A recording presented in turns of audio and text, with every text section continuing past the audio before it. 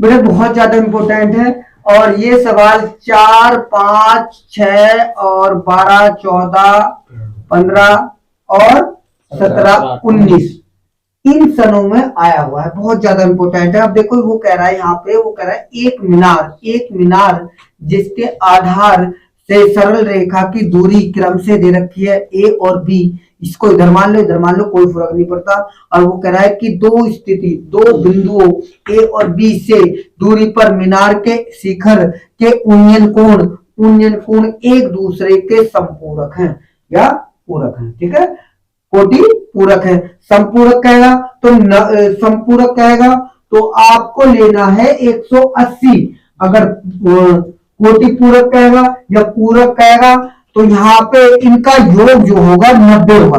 दो कोणों का योग 90 होगा, एक कोण और दो कोण, और इनका योग 90।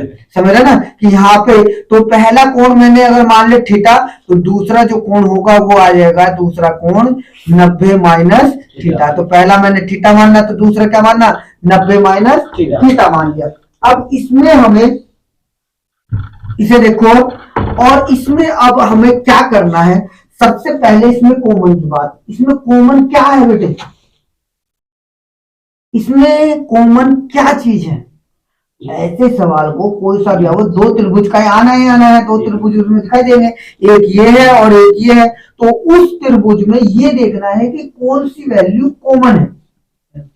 एच कॉमन है, ये एच कॉमन, ये इस त्रिभुज में भी आ रही है और इस वाले त्रिभुज में भी आ रही है, तो कॉमन क्या है, एच।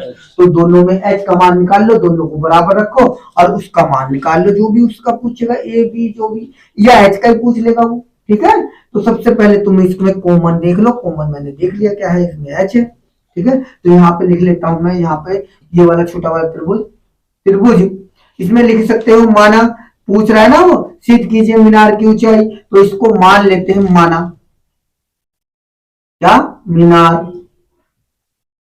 की ऊंचाई लिख सकते हो। और इसके बारे में ये आ जाएगा एच मान ली, क्या मान ली, एच। ठीक है, तो यहाँ पे सम त्रिभुज लिखो, त्रिभुज क्या लिखोगे, बी सी डी, इस छोटे वाले त्रिभुज में। ठीक है, छोटे वाले त्रिभुज में, तो इसमें लंब क्या होगा, लंब एच, आधार क्या होगा, बी। ठीक है, और यहाँ पे जो कोण होगा, कोण की जगह क्या है, मान लो कोण मैंने अल्फा मानना है ना, कोण क्या, इसका कोण जो होगा वो 90 माइनस थीटा होगा। लिखो मत ना, यहाँ पे डायरेक्ट लिखना, tan 90 माइनस थीटा। लंब बटे आधार बताया ना, ये लंब है और ये आधार है, ये आधार है ये लंब है। अगर लंब आधार होगा तो 90% क्या होगा, tan थीटा होगा। तो लंब बटे आधार, तो यहाँ पे लंब कितना हो गया हमारा h और आधार कितना हो गया b। अब ये पता है तुम्हें, इसे बताना, तो tan का 90 माइनस थीटा तो cot थीटा, तो ये आ जाएगा थीटा बराबर h अपॉन b। इसको डाल दोगे समीकरण 1।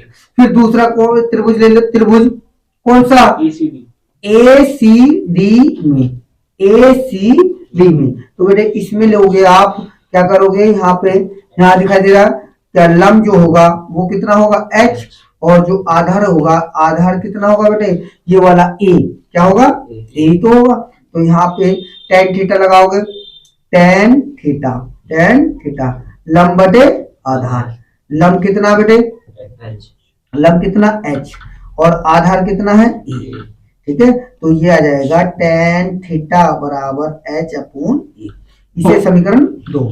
अब देखो ध्यान से सुनो, ये tan थीटा ही तो, अब इसको आप tan बना लो, कोड को क्या बना लो, tan। तो देखो tan बनाने के लिए हम समीकरण, पहले इसको लिख लेता हूं मैं, tan थीटा बराबर h अपॉन a, इसको बना लेता हूं मैं tan।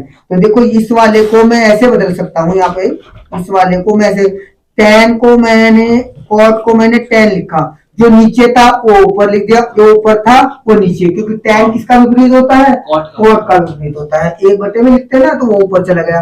अब इस tan की जगह इससे डाल देता हूं समीकरण 2, तो यहाँ पे लिख देता हूं समीकरण 1 से,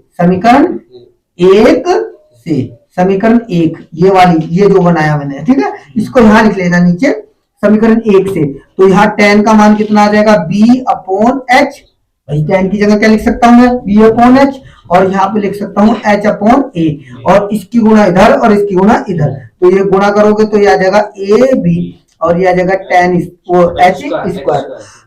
अच्छा इधर वर्ग में होता है तो इधर क्या में जाता है, अंडररूट में, तो ये आ जाएगा ए बी अंडररूट। ये आपको सिद्ध करना था, यही आपका आंसर, ठीक है।